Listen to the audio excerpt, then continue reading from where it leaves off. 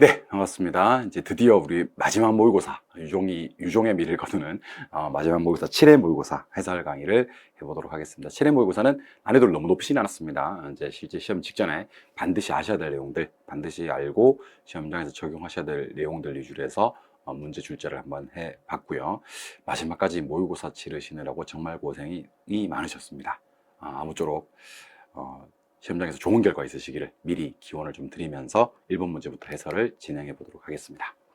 먼저 첫 번째, 한국표준산업분류상 부동산업의 분류 중, 분류 중이 중요하네요. 그죠? 분류 중에서 모든 걸 다 찾는 게 아니고 부동산 임대 공급업을 찾아라 하는 문제입니다. 임대 공급업을 찾아라. 부동산업에는 임대 공급업도 있고요. 임대 공급업도 있고 또 뭐 더 있어요? 관련 서비스업이라는 게 있죠. 관련 서비스업. 그래서 이 문제는 임대공급업과 관련 서비스업을 구분할 수 있어야 되는데, 임대공급업은 임개공입니다. 임개공. 임대업과 개발공급업. 관련 서비스업은 관중자금입니다. 관중자금.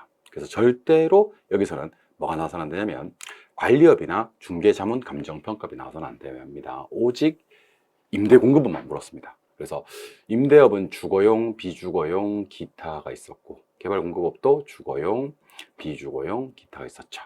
관리업은 주거, 비주거까지밖에 없어요. 기타 관리업은 없고요. 그 다음에 중개 대리업 있었고, 중개 및 대리업이었죠. 투자 자문업 있었고, 마지막으로 감정평가업이 있었습니다. 하지만 여기서는 임대공급업만. 그래서 끝날 때 임개공으로 끝나는 것만 답이 되는 거예요. 임대업, 그리고 개발공급업. 오케이. 그래서 이 문제는 임개공만 찾으자라는 문제입니다. 여기 비주거용 관리업, 부동산업은 맞지만 요거는 관련 서비스업. 중개금융업은 아예 없어요. 중개대리업이 있는 거고, 투자업이라는 것도 아예 없어요. 부동산업 자체가 아닙니다. 기타 관리업은 없어요. 부동산업이 아닙니다. 감정평가업은 부동산업은 맞는데 관련 서비스업입니다. 그래서 전체를 물은 게 아니고 임대 공급업만 물은 거예요. 조심하셔야 됩니다. 그래서 기역, 디귿, 그리고 비읍해서 3개. 답은 3번이 되는 그런 문제. 한국표준산업분류표 한번 보셔야 될 것 같습니다. 나올 때가 됐죠. 이제 너무 많이 안 나왔으니까. 2번. 건축법령상 주택의 유형에 대한 설명에다 틀린 것을 찾아라 그랬습니다. 우리 많이 강조했었던 거. 연립주택은 4계층 이하에 660을 초과한다. 연초 그랬죠. 연초. 연립은 초가 뜬다 그랬습니다. 다세대도 역시 4계층 이하이지만 얘는 660 이하요. 다가구는 3계층 이하고 660 이하까지는 좋았는데 18 아닙니다. 19입니다. 19. 그래서 숫자 좀 두 가지만 조심하셔야 될 게, 다가구 주택은 19세대 이하고요. 임대형 주택은 맞습니다. 20실 이상입니다. 20실과 19세대라는 것을 기억하시고, 암기할 때는 19는 뭐라구? 그러면 다가구? 이렇게 19, 다가구? 이렇게 얘기하시면 됩니다. 답은 3번. 4번. 많이 나오는 질문입니다. 다중주택은 학생, 직장인, 장기금 가져갈 수 있는 거죠. 독립된 주거 형태는 아니에요. 그리고 660제곱미터 이하의 3계층 이하면 다가구 주택, 다중주택이라고 하는 거 맞습니다. 이 문제 답은 3번이요. 3번 문제. 틀린 거 찾아라 그랬는데, 정말 조심하셔야 됩니다. 토지의 물리적 공급이 완전 비탄력적이다. 이 표현이 틀린 것은 아니에요. 근데 토지의 물리적 공급을 완전 비탄력적으로 만드는 것은 부증성 때문이라고 얘기해야 됩니다. 부증성 때문이고, 그렇다면 토지는 용도의 다양성 때문에 이행과 전환이 가능하거든요. 이거는 어떻게 나왔었어야 되냐면 경제적 공급 또는 용도적 공급이 가능하다라는 식으로 나왔었어야 됩니다. 그래서 우리 용도적 공급이 가능하다 요거랑 물리적 공급이 불가능하다 요거랑 앞에 붙는 단어를 좀 구분하셔야 돼요. 물리적 공급이 불가능한 건 부증성 때문이고, 경제적 용도적 공급이 가능한 것은 용도의 다양성 때문이다. 이렇게 구분해 주시는 겁니다. 아시겠죠? 답은 1번. 나머지들은 쭉 한번 읽어보셔야 됩니다. 중요한 단어들 많이 있습니다. 소유욕, 입지경쟁, 집약하는 부증성, 정보 수집 어렵고 정보 거래 비용 높아지는 것은 개별성, 지역화, 임장활동은 부동성, 장래 기대되는 편익을 현재 가치로 환원한 가치의 정의는 영속성. 다 맞는 표현이죠. 답은 1번이 되는 그런 문제. 오케이. 4번 문제. 자, 4번은 이제 수요량의 변화와 수요의 변화를 구분할 줄 아느냐 하는 문제인데, 일단 제목이 뭐죠? 아파트입니다. 아파트. 그래서 이거는 수요는 일단 잠깐 눈길도 주지 마시고 수요량을 먼저 보는 겁니다. 수요량. 자, 아파트 수요량을 변화시키는 원인은 딱 두 개밖에 없어요. 아파트 가격의 상승이나 아파트 가격의 하락밖에 없고 4번은 안 됩니다. 이게 아파트 가격 상승 예상이 붙어버리면 이거는 수요의 변화지 수요량의 변화가 아니라 이자율의 변화도 수요의 변화고요. 오피스텔 가격은 대체재 가격으로 바꿔버립니다. 그래서 이것도 수요의 변화지 수요량의 변화가 아닙니다. 그래서 아파트 가격 대입 있어야 되고 예상이 되면 안 돼요. 답이 될 수 있는 건 2번이나 3번인데 3번은 정말 조심하셔야 될 게 건축 기술은 공급만 변화시키지 수요하고는 또 전혀 관계가 없는 거예요. 그래서 단독주택 가격이라고 하는 것은 대체재 가격으로 봐야 되고요. 대체재 가격 상승은 수요를 증가시키는, 수요를 변화시키는 일이 맞습니다. 이 문제 답은 2번. 그래서 4번 문제 풀면서 조심하셔야 될 점은 아파트 수요량을 변화시키는 원인은 아파트 가격 상승, 아파트 가격 하락만 있어야 되고 뒤에 예상이 붙으면 수요의 변화로 가버린다. 그리고 왼쪽으로 가서 혹시 수요를 변화시키는 걸 찾아야 되지 공급만 변화시키는 거, 에어컨 이런 것들이 있죠. 생산 요소 가격, 건축비, 건축 자재값, 건설 노동자의 임금, 뭐 토지 가격, 아니면 생산 기술, 그리고 건설업체 수 이런 것들은 수요하고는 전혀 관계가 없고요. 공급만 변화시키는 거다라고 기억하시는 겁니다. 아시겠죠? 답은 2번. 5번. 우리 균형은 시험에 안 나오는 경우가 거의 없는데 일단 공급 곡선의 기울기가 어떻게 변했는지를 먼저 기억을 하셔야 될 것 같아요. 공급 곡선의 기울기는 P 앞에 있는 개수분의 Q 앞에 있는 개수로 처리를 하거든요. 그래서 이게 첫 번째 게 공급이니까 P 앞에 있는 개수분의 Q 앞에 있는 개수에서 요거는 첫 번째는 2분의 1이었어요. 그죠? 예. 근데 요게 1분의 1로 갑니다. 2분의 1이 1분의 1로 가면 기울기는 어쨌든 2분의 1이 증가되는 겁니다. 그래서 일단 별거 하지 않았는데 벌써 지문 2개가 떨어져 나가네요. 기울기가 얼마에서 2분의 1에서 1로 가면 2분의 1만큼 증가되었다. 그 다음부터는요. 수염수와 공급함수를 같게 만들면 됩니다. 150 마이너스 2P가 30 플러스 2P였다가 이번에는 어떻게 해요? 150 마이너스 2P가 뭐로 바뀌었다? 30 플러스 P로 바뀌었다. 이거 계산해 주시면 되는 겁니다. 그럼 이거는 4P, 요거는 120, P는 4, 32, 30. 30을 대입하면 60이 되지니까 Q는 90 이렇게 하시면 됩니다. 요거는 3P, 120, P는 40. 대입하면 Q는 70 이렇게 빠르게 풀 수 있어야 됩니다. 트레이닝 하셔야 되고요. 가격은 30에서 40으로 왔으니까 10이 상승하고요. 양은 90에서 70으로 줄었으니까 20이 감소되고요. 아까 기울기는 2분의 1 증가되고요. 그래서 이 문제 답은 4번만 정답이 되는 그런 문제가 되겠네요. 10 상승, 20 감소, 기울기는 2분의 1 증가 이렇게 보시면 되는 문제입니다. 답은 4번. 6번 문제라고 보겠습니다. 자, 다음은 부동산 균형의 변동에 관한 설명이다. 틀린 것을 찾아라 하는 문제인데 이 문제 정답 위주로 좀 보도록 하겠습니다. 정답은 5번인데요. 수요가 증가했대요. 수요가 증가되면 당연히 이제 가격은 상승할 거 아니에요. 그죠? 가격은 상승하는데 공급 곡선이 비탄력적이다. 자, 비탄력적이라는 것은 기울기가 가파르다, 급하다는 얘기죠. 기울기 급할 때 가격은 더 크게 변한다. 더 크게 상승한다 라고 해야 됩니다. 그래서 여러분들 기울기가 이런 곳이 비탄력적이고요. 기울기가 이런 곳이 탄력적이거든요. 이렇게 비탄력적일 때는 이렇게 요게 가격 변동폭이란 말이야. 가격 변동의 폭이 상당히 적으로 커지고 탄력적에서 기울기가 완만할 때는 요게 가격 변동폭이란 말이야. 가격 변동폭이 상대적으로 작아진다. 양의 변동폭은 가격 변동폭과는 반대로 움직인다라고 기억을 하셔야 됩니다. 그래서 어떨 때 가격이 좀 덜 변하냐면 위에 3번처럼 탄력적일 때 가격이 좀 덜 변하고요.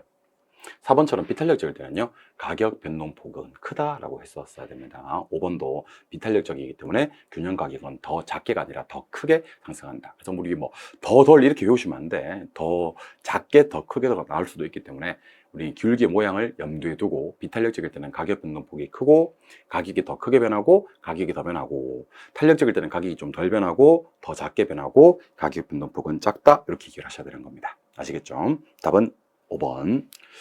7번 문제는 무슨 문제죠? 우리 수요의 가격 탄력성하고 수요의 교차 탄력성을 구분할 줄 아느냐 하는 문제입니다. 일단 수요의 가격 탄력성은 해당자와의 가격 변화일 분의 해당자와의 수요량의 변화율입니다. 내 거 가격 변화일 분의 내 거 수요량의 변화율이고 또 중요한 게 하나 있었습니다. 수요의 가격 탄력성은 0과 비교하지 않고 1과 비교해서 1보다 크면 탄력, 작으면 비탄력을 따지는 거라면 수요의 교차 탄력성은요. 절대값 없이 X제의 가격 변화율 분의 Y제의 수요량의 변화율, 즉 내 거 가격 변화율 분의 다른 놈의 수요량의 변화율을 수요의 교차 탄력성이라고 부르는 겁니다. 얘는 0과 비교해서 0보다 커서 플러스 값이면 같은 방향이면 대체제고요. 0보다 작아서 마이너스 값이면 보완제다. 이렇게 얘기를 하자 그랬습니다. 기억하셔야 되겠죠. 그래서 먼저 수요의 가격 탄력성부터 먼저 구하면 절대값을 씌우고 A 가격이 5% 하락했대요. 그럼 A 가격은 마이너스 5% 이렇게 하는 거고, A 수요량은 6% 증가했대요. 그럼 플러스 6%. 하지만 절대값이 있으니까 부호는 신경 쓰지 마시고 이게 1.2가 나옵니다. 1.2는 수요 가격 탄력성이 뭐보다 크니까, 얘보다 크니까 탄력적 이렇게 얘기를 해야 될 것 같습니다. 탄력성을 물은 건 아니고 탄력성을 가지고 탄력인지 비탄력적인지를 판단해 보려고 하는 문제입니다. 두 번째, 아까 교차 탄력성을 들어가 봐야 되는데 A 가격이 아까 몇 프로 하락? 5% 하락. 이번엔 뭐가 없어요? 절대값 따위는 없습니다. 5% 하락. 그런데 비재화의 수요가 3% 증가했다고 되어 있습니다. 3% 증가했다. 플러스 3%. 그러면 5, 6에 마이너스 0.6을 때려줘야 됩니다. 5, 6에 30.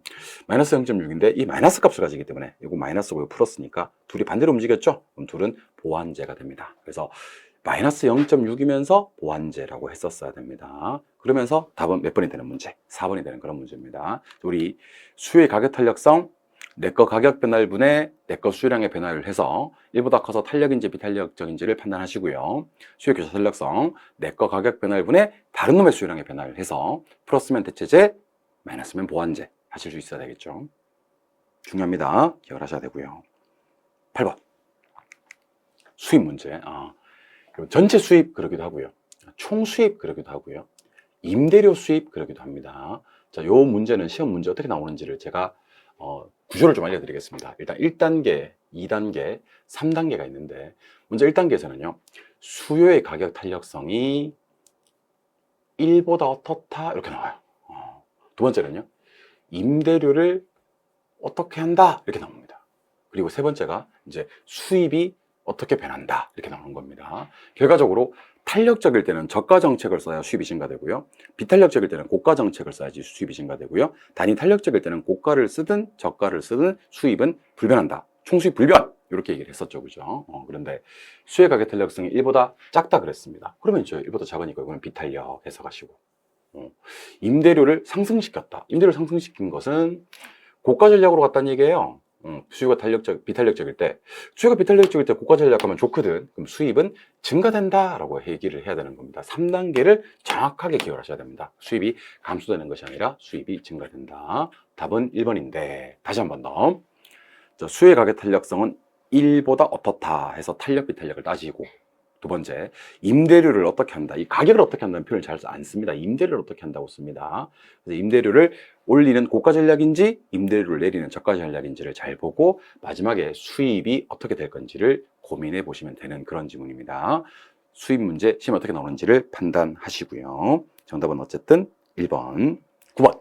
자, 9번 문제는 문제 해석을 좀 하셔야 됩니다. 문제 해석. 해석이란 건 이제 사실은 다 필요 없고, 솔직히 말씀드리면 사실은 다 필요가 없고, 임대료를 상승할 때나 하락할 때나 양이 불변인 경우가 있고요. 양이 불변.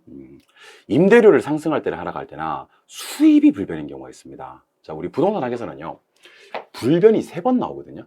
물론 전체 합치면 4번입니다만 지금 하고 싶은 건 첫 번째는 수요가 완전 탄력적인 경우가 있습니다. 두 번째는 완전 비탄력적인 경우가 있고요. 마지막 세 번째가 단위 탄력적일 때가 있거든요. 일단 완전 탄력적일 때는 기울기가 수평선이 되기 때문에 불변은 불변인데 가격 불변 이렇게 하시면 되고요. 완전 비탄력적일 때는 기울기가 수직선이 나오기 때문에 이때는 양불변 이렇게 주시면 되고요. 단위 탄력적일 때는 방금 풀어봤던 문제에서도 살짝 말씀드렸습니다만은 수입이 불변이다 라고 얘기를 하셔야 됩니다. 자, 그렇다면 이번에는 탄력성의 크기를 한번 얘기해 볼 겁니다. 완탄일 때는 기울기 탄력성이 무한대, 완전 비탄력적일 때는 탄력성이 0, 단위 탄력적일 때는 탄력성이 1. 이거는 기울기입니다. 완전 탄력적일 때는 기울기 수평선, 완전 비탄력적일 때는 기울기 수직선, 단위 탄력적일 때는 기울기 직각삼곡선인데 직각삼곡선까지는 몰라도 됩니다. 그래서 완탄, 무한대, 수평일 때는 가격 불변, 완비, 0, 수직일 때는 양 불변, 단위 탄력 1, 직각삼곡선일 때는 수입 불변, 이렇게 역산으로 푸시면 됩니다. 그래서 수입이 불변인 경우는 단위 탄력적인 경우고요. 여기처럼 양이 불변인 경우는 완전 비탄력적인 경우다. 완전 비탄력적일 때 양불변, 단위 탄력적일 때 수입 불변 이렇게 얘기를 해야 되겠죠. 그래서 앞에는 완전 비탄력이 나와야 되니까 답은 2번 아니면 4번이고 오른쪽은 단위 탄력이 나와야 되기 때문에 답은 2번이 되는 그런 문제가 됩니다. 그래서 9번의 정답은 2번. 한 번만 더. 완탄일 때 가격 불변, 완비일 때 양불변, 단위 탄력적일 때 수입 불변을 기억해 주시면 좋을 것 같습니다. 이해하셨죠? 좋습니다. 10번 문제. 자, 부동산 경기 변동에 관한 설명 중 틀린 것을 찾아라 하는 문제입니다. 문제 쉬웠죠, 그죠? 정답은 2번인데요. 부동산 경기는 일반 경기보다 진폭이 크다 그래요. 진폭이 뭐하다? 크다. 주기도 길고 진폭이 크다. 자, 진폭이 크려면요, 정점은 더 높고 저점은 더 낮아야지 진폭이 커지거든요. 근데 지금 문제를 잘 보면 저점과 정점이 바뀌어 있습니다. 저점이 높고 정점이 낮아버리면요, 진폭이 작은 거예요. 정점이 높고 저점이 낮다라고 해야 됩니다. 정점이 높고 저점이 낮아야 진폭이 크다라고 이해하실 수가 있는 겁니다. 이해하셨죠? 진폭이 크려면 정점, 저점이 바뀌었다. 답은 2번이고, 나머지 내용들 많이 연습했던 내용들이니까 기억을 하시면 좋을 것 같습니다. 어렵지 않죠? 이번에는 11번 시장으로 갑니다. 부동산 시장 및 효율적 시장에 관한 다음 설명 중 틀린 것을 찾아라 그랬는데, 정답 당연히 5번이죠. 너무 많이 썼습니다. 우리 완전 경쟁 시장과 할당 효율적 시장의 관계, 그리고 불완전 시장의 관계를 기억하셔야 되는데, 불완전 시장 안에 누가 있냐면 이제 독점 시장이나 부동산 시장 같은 것들이 불완전한 시장이에요. 그리고 제가 지금 이렇게 빨간색으로 표시하는 시장이 바로 완전 경쟁 시장입니다. 그래서 이 벤 다이어그램을 똑같이 저랑 그려주시고 여러분들이 완전, 불완전, 할당의 관계를 한번 적용해 보도록 합시다.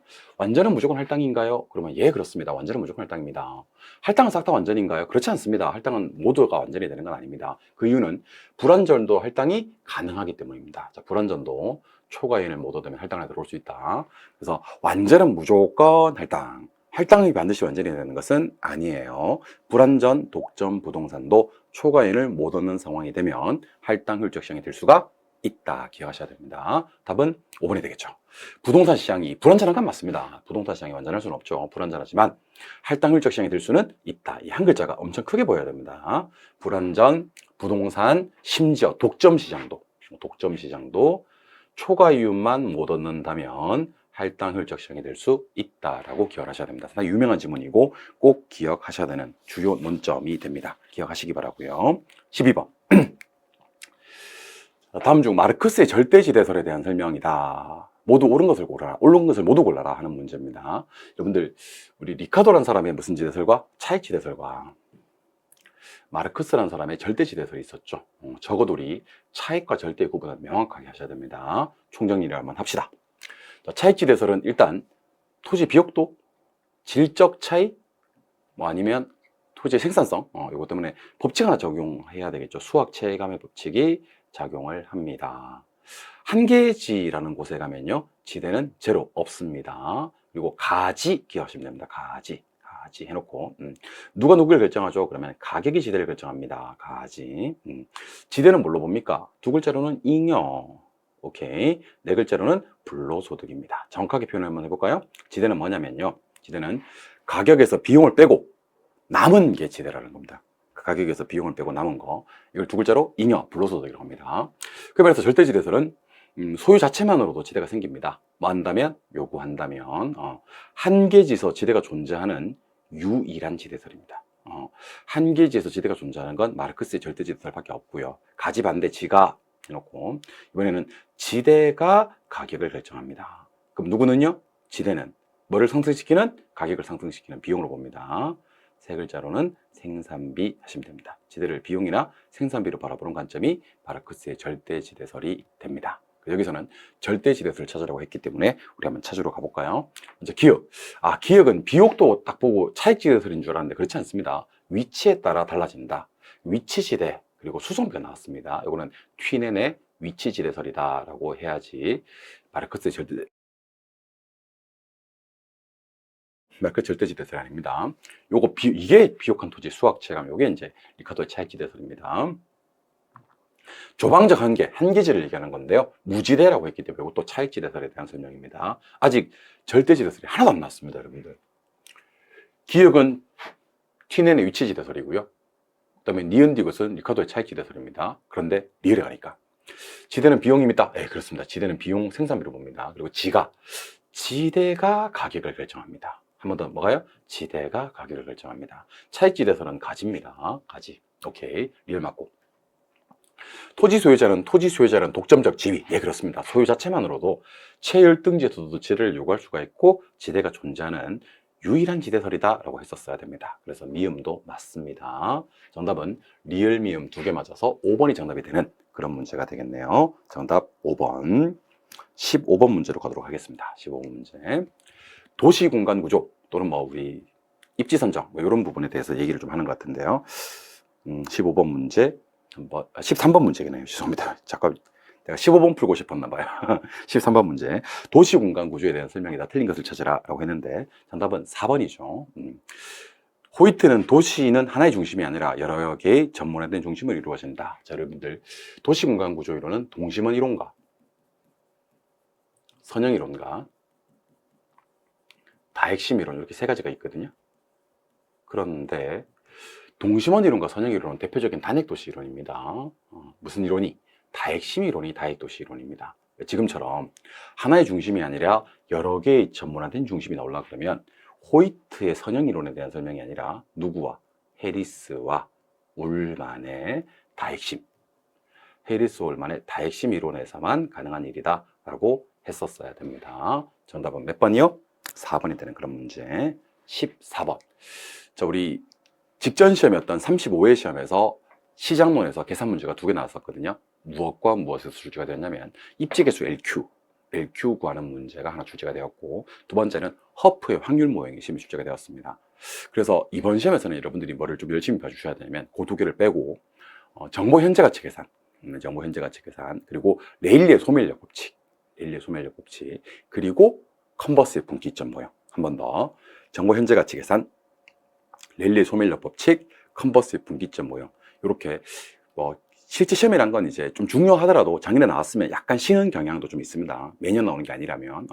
그리고 별로 안 중요하더라도 뭐 계속 나올 타이밍이 좀 되면 너무 오랫동안 쉬었다? 오랫동안 안 나왔다? 그러면 좀 나올 가능성도 좀 있고 그렇습니다, 여러분들. 그래서 타이밍 싸움도 우리 문제를 예측하는 기준이 되는 거니까요. 타이밍상 레일리의 소멸력 법칙이 나올 가능성이 좀 높다. 그럼 어떻게 해야 되냐면 A, B, C 이렇게 이제 레일리는 그림을 좀 그려주시는 게 좋습니다. 인구 10,000명 이내 C와 여기 10,000명, 5,000명인 BC가 있다. 여기 5,000명. A씨와 BC 사이에 인구 9,000명인 C가 들어섰다. 인구 9,000명. 오케이. 근데 직선거리는 각각 1km와 2km다. 요 1km와 2km. 이때 비구매자는 전혀 없고 A와 B로 각각 몇 명씩 갈 거냐? 뭐 이런 게 물었던 것 같습니다. 이거 약분할 수 있습니다. 5,000으로. 그럼 요게 1이고 요게 5, 2, 10, 2가 되겠지. 그지? 자, 그러면 A로 갈 확률부터 먼저 구해보면 약분하고 나서 1분의 2가 되겠네. 그지? 그리고 4분의 1이 됩니다. 그리고 1분의 2가 되겠죠. 그럼 요거는 얼마냐면 2고, 요거는 2고, 요거는 0.25, 4분의 1은 25%니까. 그럼 결국 2 나누기 2.25를 때려줍니다. 그럼 이게 약 한 0.888888 이렇게 나온단 말이야. 88.8% 나오는데 바로 곱하기 9,000명을 때려주면 약 한 8,000명 정도가 여기로 갑니다. 8,000명. 요로 8,000명 정도가 간다면 요로는 얼마 간다? 1,000명 정도 가겠지. 그럼 요로는 보통 이제 11.1% 정도가 됩니다. 그죠? 그래서 9,000명에 약 89% 정도가 가는 거니까 계산해 보면 8,000명과 1,000명 해서 답은 5번이 되는 그런 문제가 됩니다. 이번에는 레일리의 소멸력 법칙 계산 문제 한번 연습해 주시고, 허프는 작년에 떴으니까 올해는 살짝 뭐 안 나온다는 얘기는 아니지만 가능성이 살짝 예전에 비해서는 좀 줄어들었다 하는 식으로 개념을 잡아주시면 좋을 것 같아요. 좋습니다. 이번에는 15번입니다. 산업입지입니다. 자, 일단 문제 풀다가 이렇게 도달 범위라는 말이 뜨거나 최소 요구 범위란 말이 뜨면 무조건 글리설레의 중심지론입니다. 컨버스는 요 단어 경계 지점이라는 단어를 기억하셔야 됩니다. 큰 버스는 경계가 되니까. 3번은 살짝 건너뛰고 4번. 배번은 3가지를 고려합니다. 운송비, 노동비, 집적이 고려했을 때 비용이 최소화되는 지점 해야 돼. 각 요인이 최소화되는 지점 그러면 안 됩니다. 각각의 요인이 최소하면 안 되고 비용이 최소라고 해야 됩니다. 이번엔 잘 나왔고, 레시는 최대 수요 이론이기 때문에 수요 측면에서 자꾸 이 극대란 말이 나옵니다. 극대, 확대. 왜냐면 레시는 최대 수요 이론이기 때문에 항상 이 최대라는 표현에 근접한 확대, 극대라는 표현이 나와줘야 됩니다. 답은 3번인데요. 레일리의 소매 중력 모형에 따르면 X도시가 Y도시보다 크대요. 얘가 크고 얘가 작대요. 우리 항상 작은 도시 쪽에 분기점 형성했던 거 기억나고 하시죠, 그죠? 그래서 어느 쪽에 가까운 쪽이냐면 Y도시 쪽에 가깝습니다. 항상 작은 쪽에 가깝게 경계가 형성이 되고 큰 쪽으로부터는 멀리 떨어져서 경계가 형성이 된다는 것을 기억해 주셔야 합니다. 아시겠죠? 답은 3번 좋습니다. 16번. 아까 말씀드렸죠. 정보 현재 가치. 그래서 올해 난이도를 떠나서요. 이번 35회 시험, 올해 시험에서 나올 가능성이 상당히 높은 문제들 위주로 해서 문제 구성을 했다라는 것만 알아두시면 좋을 것 같습니다. 아무 생각 없이 막 이렇게 땡기는 대로 문제를 낸 게 아니라 그래도 가능성이 가장 높은 문제를 7회에다가 배치를 해야 되지 않겠나 하는 생각을 했던 거예요. 그래서 난이도는 차치하고 우리가 이런 문제들이 연습이 돼야 되는 문제들이구나 라고 생각하시면 됩니다. 정보 현재 가치는 안 납니다. 빼고 안 들어설 확률을 곱하고 그리고 1 플러스 Rn으로 나눠주면 됩니다. 제일 먼저 해야 되는 행동은 12억 1천만 원에서 12억 1천만 원에서 죄송합니다. 12억 1천만 원 12억 1천만 원에서 얼마요? 4억 세개 더 찍어야지. 4억 8천4백만 원을 먼저 빼셔야 됩니다. 빼고 들어설 확률이 35%면 안 들어설 확률 65%를 곱해주고 몇 년짜리냐면 2년짜리입니다. 그죠? 그래서 나누기 1.1는 하고 카시오 계산기만 아니라면 는 한번 더 눌러주면 답이 나올 겁니다. 카시오 계산기는 나누기 1.1 나누기 1.1 한번 더 하셔야 됩니다. 그래서 정답은 3억 9천만 원 하는 1번이 정답이 되겠죠. 정보 현재 가치는 중요하니까 꼭 좀 기억을 하셔야 됩니다. 좋습니다. 이번엔 17번 문제. 17번도 좀 쉽게 냈습니다. 틀린 것을 찾아라 라고 했는데 답은 4번이죠. 자, PIR은요. 가구의 주택지불 능력을 나타내는 지표입니다. 요 값이 작아야지 주택 사는데 걸리는 기간이 짧거든요. 그래서 이 값이 작을수록 주택 구매가 더 쉽다는 것을 의미한다. 기억을 하셔야 되고요. 우리 부동산학의 문제 풀다가 이렇게 작을수록 좋은 거 좀 소개해 드리겠습니다. 세 가지 정도를 기억하시면 정말 좋은데 첫 번째는 방금 소개해 드렸던 PIR 가구의 주택 지불 능력을 측정하는 지표는 작을수록 좋고요. 우리 순소득 승수라고 배운 적이 있을 겁니다. 순소득 승수의 동의어는 자본 회수 기간이거든요. 상식적으로 원래 승수 자체도 작을수록 좋고요. 자본 회수 기간도 짧을수록 내가 투자한 돈을 회수하는데 걸리는 기간이 짧을수록 돈을 많이 번 거니까 좋은 걸 겁니다. 마지막으로 우리 분산 하나 더, 표준 편차 하나 더, 변이계수 물론 변동계수라고 하기도 합니다. 이거 모두 다 분산, 표준 편차, 변이계수는 무엇을 측정하는 지표다? 위험을 측정하는 지표다. 투자에서 위험은 많을수록 좋다, 작을수록 좋다. 그래서 세 개 값 모두 다 작을수록 좋아요. 그래서 제가 작을수록 좋은 거 3종 하면 여러분들은요, PIR, 가구의 주택 지불 능력 지표랑 순소득 등수 자본회수 기간, 순자랑, 분산 표준 편차 변이계수랑은요, 크면 안 되고 작을수록 좋다, 작을수록 주택 구입 용이하고요, 작을수록 투자가 이루어지는 거고요, 작을수록 위험이 작은 투자 대상이다 라고 이해하시면 좋을 것 같습니다. 이해하셨죠? 답은 4번. 18번. 자, 18번은 특정 키워드를 보고 이 제도가 어떤 제도인지를 파악하는 거예요. 자, 키워드는 이겁니다. 첫 번째는요, 무질서 확산 방지, 자연환경 보전할 때 지정해야 될 거와, 자, 개발과 보전이 경합했을 때 이걸 합리적으로 조정하는 제도로서 토입할, 토양, 입지, 활용 가능성 등에 대한 내용이 담겨 있는 거. 그리고 다른 건 다 집어치우고 정비 기반 시설이 열악한지, 극히 열악한지, 양호한지를 가지고 판단하시면 됩니다. 먼저 첫 번째. 무질서 확산 방지를 위해서는요, 개발 제한 구역을 지정해야 됩니다. 개발 제한 구역. 자, 어떨 때 토지거래 허가 구역을 지정하냐면요, 투기적 거래가 성행하거나 집가가 급격히 상승하거나 그럴 우려가 있을 때 개발 제한 구역이 아닌 토지거래 허가 구역을 지정하고요. 지금처럼 무질서 확산 방지, 자연환경 보전에 대한 개발 제한 구역. 자, 다시 투기, 집가 상승은 토지거래 허가. 무질서 확산 방지, 자연환경 보전은 개발 제한 구역. 좋죠. 두 번째가 이거 유명한 제도인데 토지 적성평가 제도입니다. 적성평가. 개발과 보전에 경합이 붙었을 때 합리적으로 조정하는 제도로서 토지의 적성을 보려면 세 가지 봐야 됩니다. 먼저 이것의 이 토지의 토양, 이 토지의 입지, 이 토지의 활용 가능성을 통해서 토지의 적성을 판단해 볼 수가 있습니다. 마지막으로 정비 기반 시설이 양호할 때는 재건축이라는 걸 하고요. 극히 열악할 때는 주거 환경 개선 사업이라는 걸 합니다. 지금처럼 열악할 때는요, 다른 거 보면 안 돼. 결혼 시간에는 열악할 때는 그냥 재개발하시면 됩니다. 재개발. 그래서 순서대로 개발 제한 구역,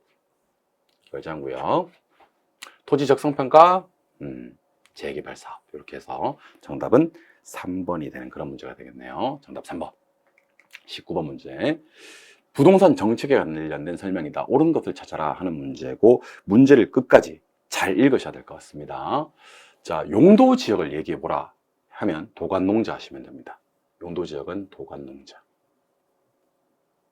그런데 지금 용도 지역 중 도시 지역을 얘기해 보라 그랬습니다. 도시 지역은 주상 공록 해야 됩니다. 조심하셔야 되죠. 주상 공록.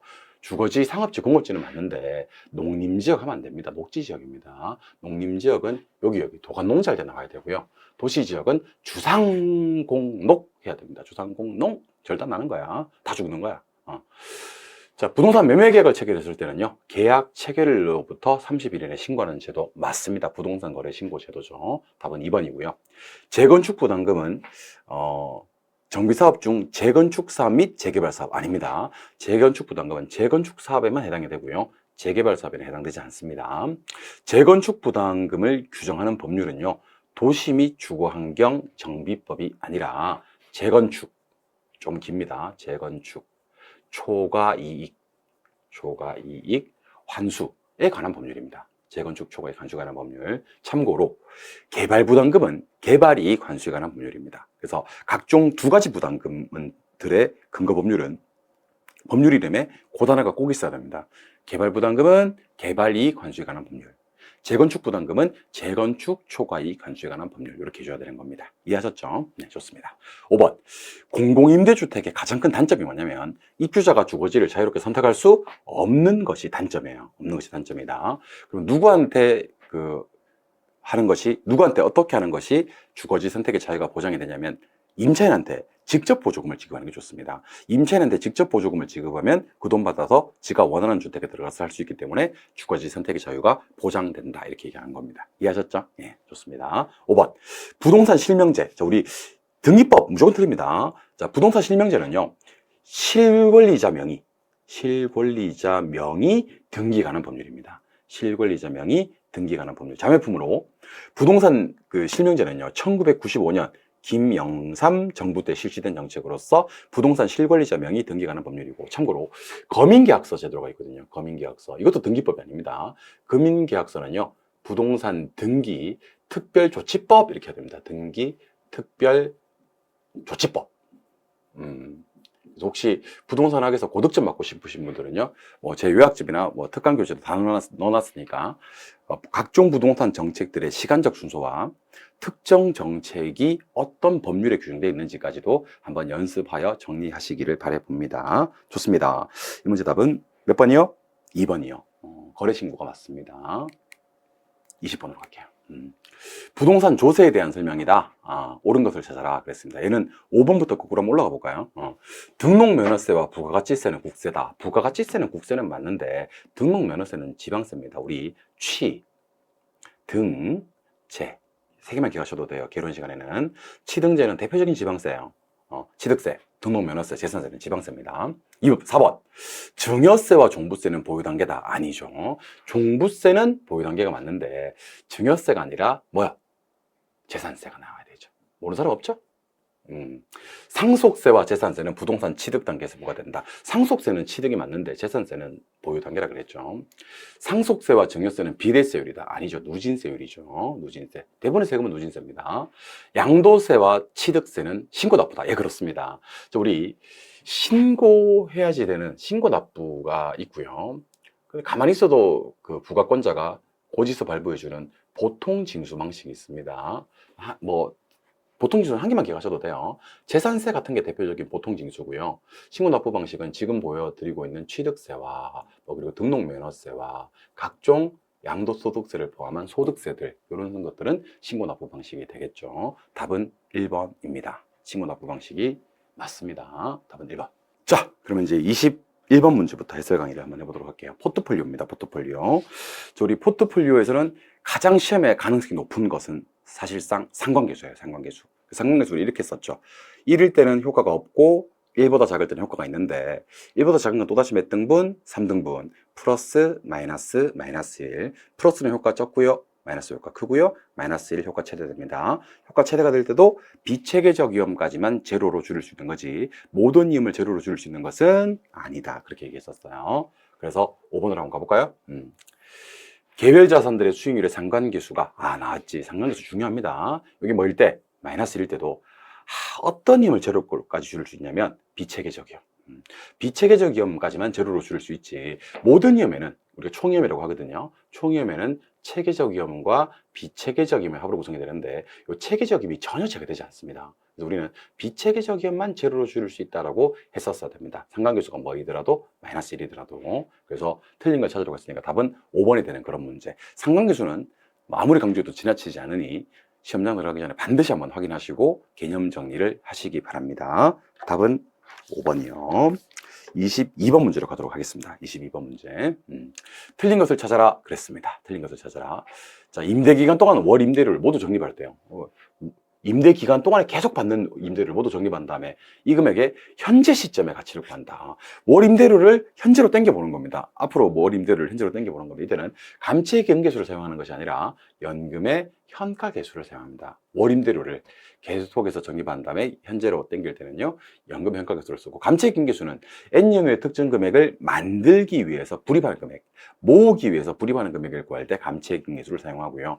월 임대료를 현재로 땡길 때는 연금의 현가 계수를 쓴다라는 것을 반드시 기억하셔야 됩니다. 답은 2번이 되고 나머지 내용들 한번 읽어보시면 좋을 것 같아요. 이번에는 23번 문제. 23번 문제는 유효 총소득은 얼마인가 그랬는데 이런 문제들은 쫄지 마시고 유효 총소득에서 영업경비를 빼면 순영업소득을 구할 수가 있고 부채 서비스액을 빼면 세전현금 수지를 구할 수가 있습니다. 이때 세전현금 수지가 여기 보니까 4천만 원이래요. 4천 쓰고 부채 서비스액 여기 있습니다. 부채 서비스액이 1,000만 원이래요. 그러면 순영업소득은 5천입니다. 이거 다음에 이게 나오거든. 그럼 이제는 뭐만 구하시기만 하면 영업경비만 구하시기만 하면 우리가 아까 구하기로 했던 유효 총소득을 구할 수가 있습니다. 근데 여기 보니까 뭐부터 어디까지 봐야 되냐면 유지수수비부터 공실및 불량부채까지 봐야 되는데 유지관리비, 화재보험료, 재산세, 광고비까지는 경비가 맞는데 소득세 경비 아니죠. 공실및 불량부채 경비 아닙니다. 그래서 경비를 계산해 보면 3,000에 3,500에 4,500에 4,800 하셔야 됩니다. 경비가 4,800입니다. 다시 한 번 더 누구 경비냐면 유지관리비, 화재보험료, 재산세, 광고비가 경비예요. 이걸 더해버리면요 9,800만 원이 유효 총소득이 됩니다. 그래서 머릿속에 우리 요 생각하셔야 됩니다. 자, 기억에서 니은 빼면 디귿 됩니다. 할까요? 예. 기억에서 디귿 빼면 니은 나오고요. 디귿, 니은 더하면 기억 나온다. 여기서는 디귿, 니은 더해서 기억 구하는 거, 디귿, 니은 더해서 기억 구하는 게 주안점이 되었던 그런 문제입니다. 이거에서 이걸 빼면 이거, 이거에서 이걸 빼면 이거 더하면 이거 이렇게 할 수 있어야 됩니다. 아시겠죠? 예. 뭔 말인지 알죠? 예. 오케이. 24번. 할인율이 5%일 때, 여기 보니까 뭐 수년가 나오는 것 같고요. 수익성 지수 나오는 것 같고요. 수년가 나오는 것 같고요. 수익성 지수 나오는 것 같고요. 또 수익성 지수 나오는 것 같아요. 그죠? 수년가와 수익성 지수가 나오는 것 같습니다. 일단 요거 할인합니다. 5%로. 할인하면 630 나누기 1.05를 때려줘야 되거든요. 1.05 때리면 요거 600만 원 나오고요. 420만 원도 할인하면 요거 400만 원 나옵니다. 일단 삭제해주고 수년가법은 그러면 할인하는 값에서 빼니까 수년가 300이 나오고요. 비저수년가가 300이 나와요. 그러니까 600에서 300을 빼도 300이 나오고 400에서 100을 빼도 300이 나와. 수익성 지수는 나누는 거 아닙니까? 그죠? 600을 300으로 나누니까 2가 나오고요. 400을 100으로 나누니까 4가 나오는 그런 구조입니다. 이렇게 만들어 놓고 문제 푸는 겁니다. 1번. 수년가는 A와 B가 동일하다. 똑같네요. 둘 다 300으로 똑같습니다. 2번. 수익성 지수는 B가 A보다 크다. B가 더 크네요. 2배 정도 크네요. 오케이. A와 B의 수년가의 합은 600이다. 이거 두 개 합치면 600이다. 이 맞네요. 4번. 수익성 지수 두 개 합하면 5다. 아닌데 6인데? 아닌데 6인데? 그래서 답은 4번이 되는 그런 문제입니다. 둘이 합쳤을 때 6이 된다. 5번.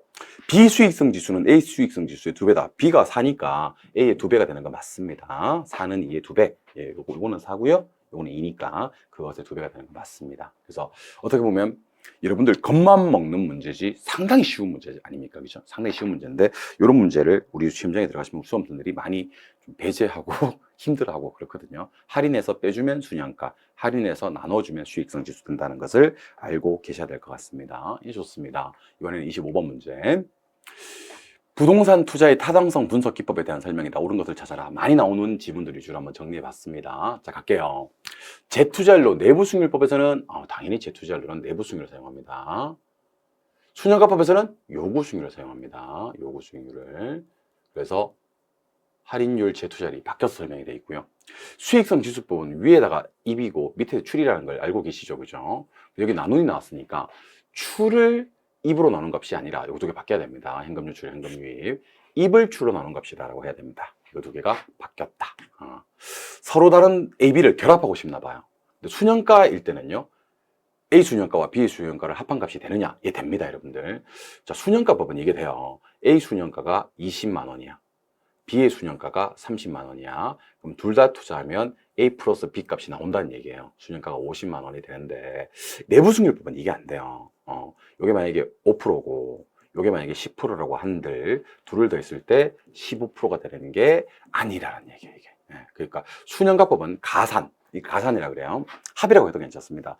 합이 결합이 되는데 합하는 게 되는데 순영가법인데 내부수익률법은 안 돼요. 순영가법을 물었으니까 된다. 오케이, 답은 3번. 4번, 내부수익률은 수익성 지수를 1로 만드는 거죠. 순영가를 0으로 만드는 거. 우리 정말 많이 했는데 순영이와 지수일을 기억하시기 바랍니다. 순영이와 지수일. 순영가 근방에는 0이 있어야 되고요. 수익성 지수 근방에 1이 있어야 됩니다. 순영가 반경 3cm 안에 1이 있으면 즉시 사살하시기 바라고요. 수익성 지수 반경 3cm 안에 0이 있거든. 즉시 직접 타격 확인 사살 부탁드리겠습니다. 아시겠죠? 예, 4번 틀렸습니다. 순영가를 0으로 수익성 지수를 1로. 순영가법은 들어온 돈에서 나간 돈을 빼는 건 맞는데 순영가법에서는 할인율이나 재투자율로 방금 했었습니다. 요구 수익률을 사용한다 그랬죠? 요구 수익률로 할인한이라고 해야 됩니다. 순영가법에서는 내부 수익률로 할인하지 않습니다. 반드시 기억하시기 바랍니다. 정답은 몇 번이요? 3번이요. 26번. 26번 같은 건 여러분들 과감하게 심장에서도 틀려도 됩니다. 이거는 이제 1분 안에 풀기가 조금 어려운 문제가 아닌가 싶어요. 그래서 16번이 아니고 26번 틀렸다고 누구나 여러분들을 비난하거나 원망하지 않습니다. 깔끔하게 틀려주시면 됩니다. 이런 문제들은. 틀리셨나요? 잘했어요. 잘했어요. 자, 일단은 총투자액을 총소득 승수로 나누라 그랬죠. 이유 없이 그냥 나누는 거예요. 나누면 유효 총소득이 나와요. 유효 총소득. 10억을 6으로 나누면 유효 총소득이 나오고 영업 경비를 빼면 순영업소득, 부채 서비스액을 빼면 세전 현금 흐름, 영업소득세를 빼면 세후 현금 흐름이 됩니다. 일단 유효 총소득이 지금 15억에서 6을 나누면 2억 5천이 나와요. 영업경비 비율이 40%랍니다. 2억 5천에 40%니까 이렇게 되겠다, 그지? 그러면 이거는 순영업소득 1억 5천. 부채 서비스액 6천만 원이네요. 그럼 세전 현금 흐름이 9천. 좋습니다. 영업소득세가 1천만 원 나왔네, 그지? 그럼 세후 현금 흐름은 8천. 이렇게 해서 일단 정답부터 공개를 하도록 하겠습니다. 정답은 5번인데요. 세후승수. 자, 세후승수는 공식이 세후분의 지분투자액이에요. 세후분의 지분투자액. 그래서 아까 세후가 얼마였냐면 8천이었고요. 지분투자액이 저기 보니까 5억이었죠. 5억 나누기 8천 때려주면 6.25 되는 거 맞습니다. 답은 5번이고요. 1번 틀렸는데 왜 틀렸느냐? 순승수는 순분의 총인데 순이 아까 얼마였죠? 1억 5천. 순분의 총이라 그랬어. 저기 총투자액이 얼마? 15억이 되겠죠. 그러면 1억 5천분의 15억이니까 얘는 15가 아니라 10 이렇게 해야 되고요. 부채 감당률은 부채 서비스액분의 순영업소득이거든요. 부채 서비스액이 6천. 순영업소득이 1억 5천이 됩니다. 자, 계산기로 1억 5천 나누기 6천을 때려주시면 1.5가 아니라 2.5 이렇게 해야 됩니다. 3번은 정말 조심하셔야 되죠. 대부 비율이 200%라고 했는데 그렇지 않습니다. 부채 비율이 200%입니다. 부채 비율. 여러분들 부채 비율은 부채를 지분으로 나눈 값이거든요. 그러니까 보세요. 부동산 총 얼마짜리인데 10억짜리인데 지분이 얼마야? 5억이야. 그러면 부채가 얼마냐면 10억이라는 결론이 나와요. 당연하겠지. 내 돈 5억 들어가고 은행에서 10억 빌려와야지 총 투자액이 15억이 되니까. 결국 지분분의 부채를 10억을 5억으로 나눈 값이 부채 비율입니다. 그래서 여기 숫자 2, 200%. 부채 비율이 200%입니다. 대부 비율은 한 67%밖에 안 돼요. 채무 불이익률은 64% 나옵니다. 4번이요. 유효 총소득분의, 유효 총소득 얼마? 2억 5천 분의 영업경비 플러스 부채 서비스액 1억 플러스 6천. 결국 1억 6천을 2억 5천으로 나눈 값입니다. 0.64, 64%가 된다는 결론이 나와요. 답은 5번인데 이런 문제는 깔끔하게 뭐 4번이나 5번 중 정도가 좋은 것 같아요. 후반부 쪽 번호 찍어주시고 깔끔하게 넘어가시기를 간절히 바라봅니다. 좋습니다. 이번에 27번. 주택담보대출에 대한 설명이다. 옳은 것을 찾아라 그랬는데 여러분들 LTV 요놈은요. LTV 요놈은 가치 기준입니다. 가치 기준. 가치 기준으로 레버리지를 몇 퍼 일으키느냐를 따지는 거라면 DTI하고 DSR은 공통점이 상당히 많습니다. DTI와 DSR은 소득 기준입니다. 둘 다 공통점입니다. 소득 기준이고 얘들은 차입자들이 자신이 벌어들인 소득으로 빚을 갚을 능력이 돼 하는 어떤 상환 능력을 따지는 거예요. 그래서 1번, 2번은 당연히 바뀌었습니다. 여기 가치 기준인 게 LTV고요. 소득 중심인 게 DTI입니다. 바뀌었고 3번은 DSR도 DTI와 똑같이 소득 기준입니다. 그래서 연간 소득 대비 부채 원리금 상환액 얘기하는 건 맞습니다. 물론 그 DTI하고 DSR의 본질적인 차이점은 DTI는 주담되는 원리금이 다 들어가 있는데 다른 대출에는 이제만 들어가 있고요. DSR은 모든 원리금이 다 들어가 있기 때문에 DSR로 대출할 때 대출이 더 적게 나옵니다. 한도가. 그 정도 상위 호환, DTI 상위 호환이 DSR이다. 이 정도만 기억하시면 되지. 본질적인 내용은 소득 기준이랑 건 똑같습니다. 답은 3번이고 4번 방금 소개해드렸던 LTV, DTI 이런 기준은요. 한국은행장이 정하는 게 아니라 금융위원회. 오케이. 금융위원회에서 정합니다. 우리 부동산학에서는 금융위원회 2개 정도만 기억하시면 되는데 방금 소개해드렸던 LTV, DTI, DSR 기준을 금융위원회에서 정하고 부동산 투자회사를 뭐라고 하죠? 리츠라고 하죠. 리츠. 부동산 투자회사의 회계 처리. 회계 처리를 우리는 금융위원회가 정하는 회계 기준에 따릅니다. 이거는 부동산 투자회사 법 조문에 있는 내용입니다. 그냥. 그래서 금융위원회는 리츠의 회계 처리 그리고 LTV, DTI 기준 정할 때 참고로 우리 4월 6일 날 있었던 올해 4월 6일 날 있었던 감정평가사 부동산학 언론 시험에서는 부동산 투자회사의 회계 처리는 금융감독원 기준에 따른다 이렇게 나온 적이 있거든요. 금융감독원은 우리 부동산학 개론에 안 나옵니다. 금융위원회입니다. 금융위원회, 금융감독원 아닙니다. 답은 3번, 답은 3번이었고요. 이번에는 고정금리 주택담보대출은 이자율 변동을 하는 위험을 차주에게 전가되는 방식으로 금융기관, 금융기관이 위험을 줄이려면요. 고정금리가 아니라 변동금리가 좋아요. 고정금리는 금리가 고정되어 버리기 때문에 차주에게 또는 차입자에게 위험을 전가시킬 수가 없는 방식입니다. 아시겠죠? 정답은 3번. 좋습니다. 이번에는 28번 문제로 가도록 하겠습니다. 28번이요. 자, 대출 상환 방식에 대한 설명이다. 틀린 것을 찾아라. 그런데 아주 쉽게 한번 출제해 봤습니다. 여러분들 시험 막판이고, 제가 여러분들 줄 것도 없고, 기분이라도 조금 더 좋게 만들어 드리자라는 측면에서 좀 쉽게 출제를 한번 해봤습니다. 그렇다고 해서 아까 말씀드렸듯이 난이도를 차치하고라도 안 중요한 내용이 아니라는 얘기입니다. 아시겠죠? 중요한 내용들을 조금 쉽게 한번 풀어보자라는 취지입니다. 자, 원금 균등 상환 방식은요. 다른 어떤 상환 방식보다도 횟수가 빠릅니다. 그래서 가중평균 상환기간 듀레이션이 더 짧다라고 합니다. 짧다. 은행 입장에서 횟수가 빠른 방식이 원금 균등이다. 초기 지불금이 낮은 수준이기 때문에, 초기 지불금이 높은 수준이기 때문에 그렇습니다. 따라서 짧은 순서는 원금 균등이 제일 짧고요. 그 다음에 원리금 균등이 두 번째로 짧고요. 최정식은 조금 길고요. 제일 긴 게 하나 있는데 혹시 누군지 압니까? 그거는 만기 일시 상환 방식입니다. 만기 일시 상환 방식. 그래서 제가 지금 보여드린 순서가 듀레이션이 짧은 순서에서 긴 순서로 갈 때 제일 짧은 건 원금, 그 다음에 원리금, 최정식 가다가 만기 일시 상환 방식은 제일 길다. 이런 식으로 이해하시면 됩니다. 좋습니다. 답은 1번이 되는 그런 문제가 되겠네. 29번. 자, 29번 틀린 사람 설마 없겠죠? 자, 우리 MPTS라는 놈은요. MPTS라는 놈은요. 저당권, 여기 채무 불이행입니다. 저당권 채무 불이행, 원리금, 위험 부담은, 여기 말하는 위험은 조기상환 위험이에요. 모두 다 투자자한테 넘어갑니다. 따라서 채무 불이행 위험도 투자자, 조기상환 위험 부담도 투자자가 부담하는 방식입니다. 그래서 MPTS는 조기상환 위험 부담은 투자자가 하고 채무 불이행 위험은 발행자가 부담한다. 이거는 MPTS에 대한 설명이 아니라 누구에 대한 설명이냐면 혼합형인 MPTB와 CMO가 그렇습니다. MPTB와 CMO 한번 가볼까? MPTB와 CMO는요, 저당권은 발행자 주고 와요. 원리금이나 조기상환 위험을 투자가 줘오거든요. 그래서 요때는 채무불이행 위험은 발행자가 하고 조기상환 위험 부담은 투자가 하는 게 맞지만 MBB는 전부 다 투자자가 부담합니다. 물론 가운데 있는 MBB는요, 싹 다 발행자가 이렇게 하시면 되겠죠. 그래서 MPTS와 MBB는요, 두 가지 위험을 모두 다 투자자나 발행자가 가져가는 거고, MPTB와 CMO는 나눠 가지는 건데 채무불이행 위험은 발행자, 조기상환 위험 부담은 투자자. 이렇게 한번 연습해 보시기 바랍니다. 많이 나오는 거니까 연습이 되셨죠? 답은 1번이 되는 그런 문제가 되겠고, 30번 부동산 투자 회사법. 한번 제가 뭐를 내봤냐면 자산 구성을 한번 내봤습니다. 자산 구성. 자, 자산에 한번 볼까요?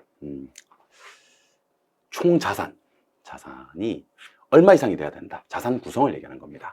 자, 자산 구성을 공부하시는 방법은 이렇습니다. 자산 구성은 부동산만 나왔는지, 아니면 부동산, 증권, 현금이 다 나왔는지, 이렇게 구분하시는 거예요. 부동산만 나왔을 때는 70%가 부동산이어야 되고요. 부동산, 증권, 현금이 다 나왔을 때는 80%가 돼줘야 됩니다. 그러니까 3개 조합의 자산 구성을 물었는지, 한 개만 가지고 자산 구성을 물었는지를 기억하시면 좋을 것 같고, 제가 이거 수업 시간에 어떻게 얘기했는지 기억나시죠? 예. 저한테 배우신 분들은 당연히 아시겠습니다만은, 빅맥 세트, 빅맥 감자, 콜라 8,000원, 빅맥 단품 7,000원, 뭐 먹어야 돼? 세트 먹어야지. 1,000원만 주면 콜라랑 감자가 따라오는데, 그지? 그러니까 세트 메뉴는 80, 단품 메뉴 70 이렇게 얘기하시는 겁니다. 그래서 부동산만 나왔을 때는 단품이니까 70%, 부동산, 증권, 현금 다 나왔을 때는 세트 메뉴니까 80% 이렇게 해서 8,000원짜리인지 7,000원짜리인지 빅맥 세트 가지고 기억하시면 좋을 것 같습니다. 여기서는 안타깝게도 뭐만 떴냐면 부동산만 떴어요. 그리고 이때는 단품이니까 8,000원까지 줄 건 없고요. 7,000원 주면 됩니다. 답은 4번이 되는 그런 문제. 나머지 내용들도 중요합니다. 뭐 지금 보면 그 자본금, 설립자본금과 최저자본금, 자산운용 전문 인력이 되는 사람, 공인중개사 감정평가사 나왔다면 5년이지만 부동산 관련 석사학위 이상 소지자가 나오면 3년입니다. 그리고 현물출자, 설립시는 할 수 없고 최저자본금 갖춘 후 해면 가능하다. 원래 배당은 90까지 하는데 위탁관리 부동산 같은 경우에는 초과 배당이 가능하다라는 표현까지도 알고 계셨으면 좋겠습니다. 여기서는 자산 구성에 주안점을 두고 풀어봤던 문제예요. 답은 4번. 31번 가자. 자, 부동산 개발 방식의 한 방법에 관한 내용인데, 다음은 어떤 형태의 개발 방식인가 그랬습니다. 일단 여기 제 끝에 보니까 수수료 있죠. 수수료 뜨면 수탁 아니면 신탁입니다. 이때는 이익을 누가 다 갖고 가버리냐면 토지 소유자나 수익자가 다 갖고 가버리고요. 개발자가 수수료 먹는 게 탁입니다. 탁. 수탁은 소유권 이전이 이루어지지 않은 채로 토지 소유자 명의로 사업이 진행이 되는 방식이라면, 신탁은 소유권 이전이 이루어져서 결국 누구 명의로? 신탁회사 명의로 사업이 진행이 되는 방식. 요 차이점밖에 없습니다. 그래서 일단 답은 신탁 아니면 수수료 뜨는 바람에 수탁이 될 건데, 여기 보니까 명의가 토지 소유자 명의래요. 명의가. 개발은 사업자가 다 대행해 주는데, 명의가 토지 소유자 명의로 개발 사업이 진행이 되고 자금 조달이 된다. 그럼 이 말은 소유권 이전이 이루어지지 않았다는 것이니까 신탁은 안 되고 수탁이 답이 되어버립니다. 답은 3번이 되는 그런 문제. 토지 소유자 다 먹고 개발자 수수료 먹는데 소유권이 이루어지지 않아서 어떻게 해요? 소유권 이전이 이루어지지 않아서 토지 소유자 명의로 사업이 진행이 되었다면 수탁이 됩니다. 제 나름대로는 서비스 문제, 한 문제 주는 문제였습니다. 답은 3번. 32번 문제. 자, 우리 시설관리라는 게 있었죠. 시설관리. 그리고 재산관리라는 게 있었죠. 재산관리. 그리고 자산관리라는 게 있었습니다. 영어로 표현하면 Facility Management, FM, Property Management, PM, Asset Management, AM인데, 자, 한 글자씩만 기억해보죠. 수지비임, 수입, 지출, 비용, 임대차는 재산관리, 매제, 프로폴리스 알죠? 벌꿀부산물, 검은색 있잖아, 검은색. 메인 매각, 재개발 대투자, 프로젝트 파이낸싱, 포트폴리오, 투자 리스크, 이런 것들은 이제 자산 관리가 됩니다. 다시 한 번 더. 메인 매각, 재개발 재투자, 포트폴리오, 프로젝트 파이낸싱, 포트폴리오, 투자 리스크, 매제 프로폴리스, 이거는 자산 관리입니다. 그래서 여기 보세요. 여기 보니까 자산 가치를 증진시킨다. 자산 가치를 운영 수익을 극대화하고. 그리고 가서 갑자기 여기 보니까 프로젝트 파이낸싱 이렇게 나왔고요. 위험은 리스크거든. 리스크. 폴리스. 이건 재산관리가 아닙니다. 제가 밑줄 그은 부분은요. 물론 이제 임대차 관리라든지 일상적인 건물의 운영 관리 뭐 이런 것들을 의미하지는 않지만 여기 프로젝트 파이낸싱과 투자 리스크 두 가지 예시가 자산 관리에 속해버립니다. 아시겠죠? 그래서 이거는 재산 관리는 아니다라고 얘기를 해야 되는 겁니다. 답은 2번이 되는 그런 문제.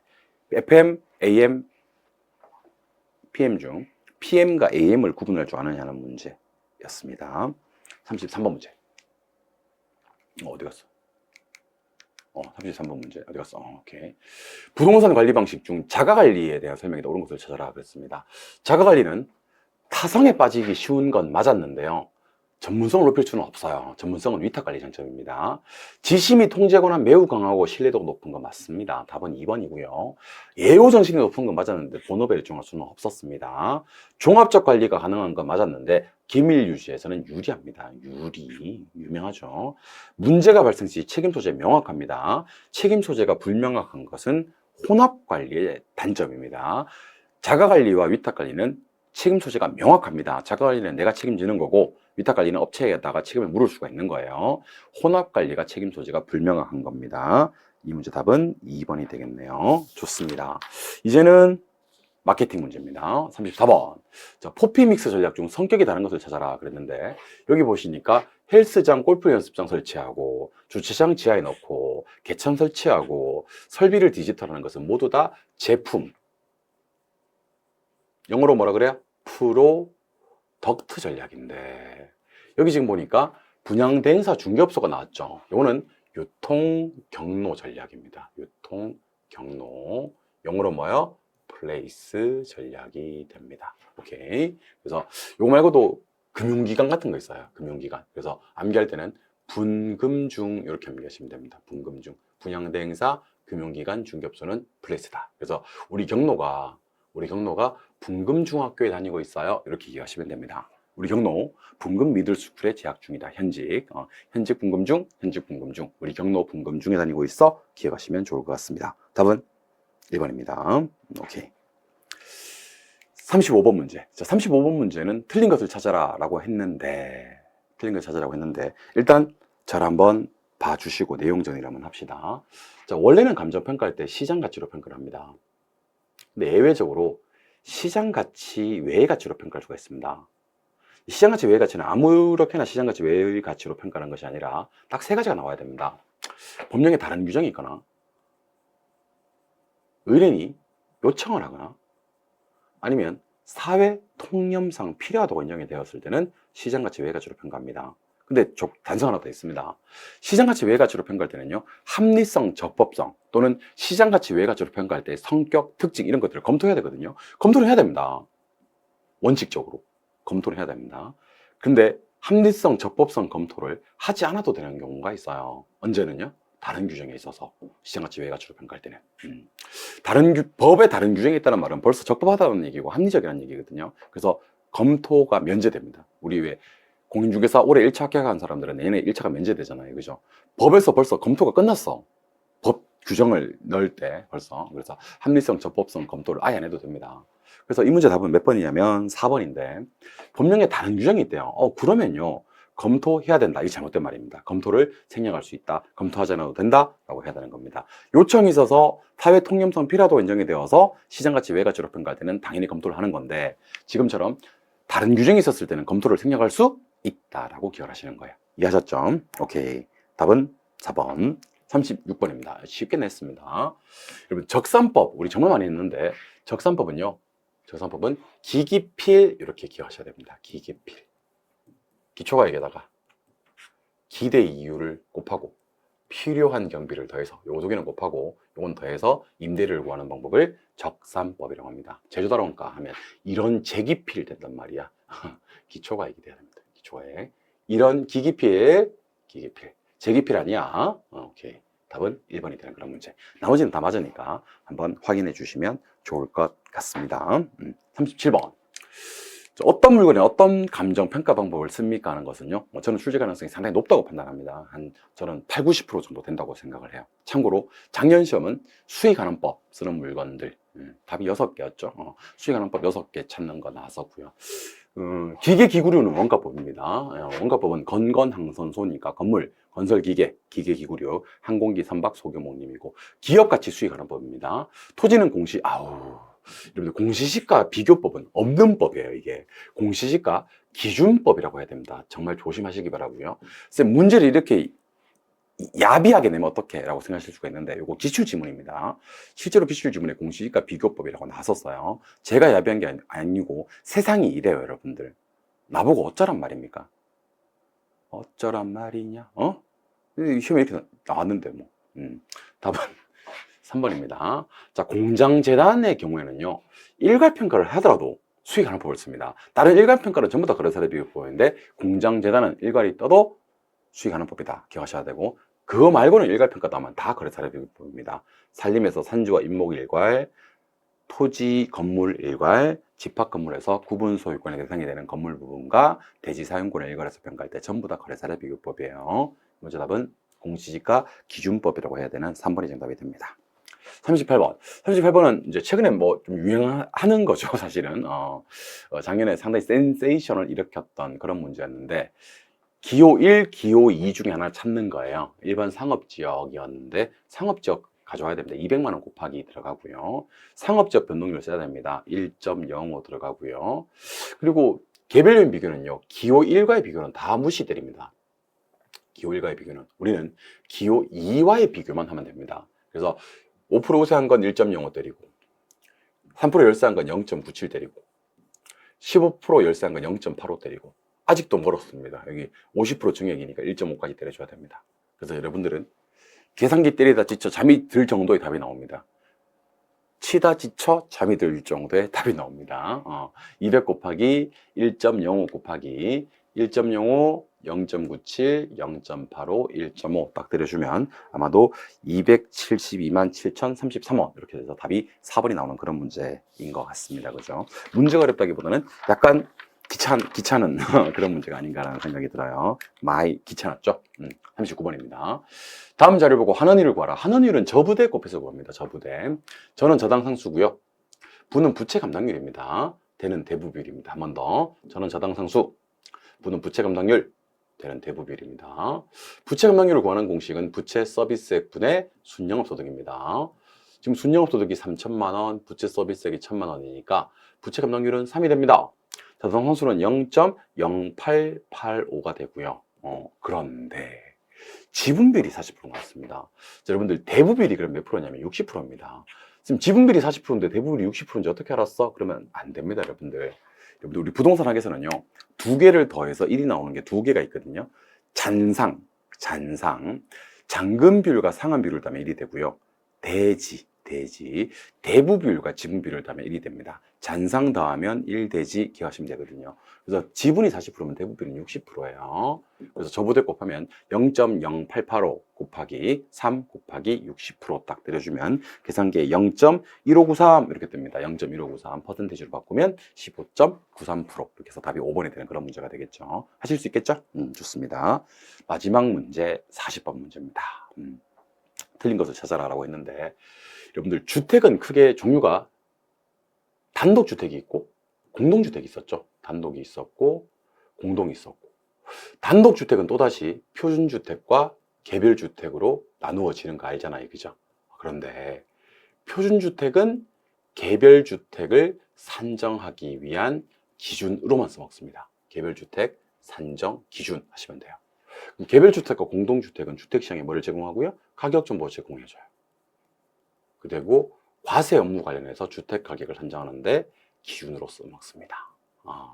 그래서 여기처럼 지금 개별주택 가격을 산정하는 경우에 기준이 되는 것은 공동주택 가격이 아니고 표준주택 가격에 대한 설명입니다.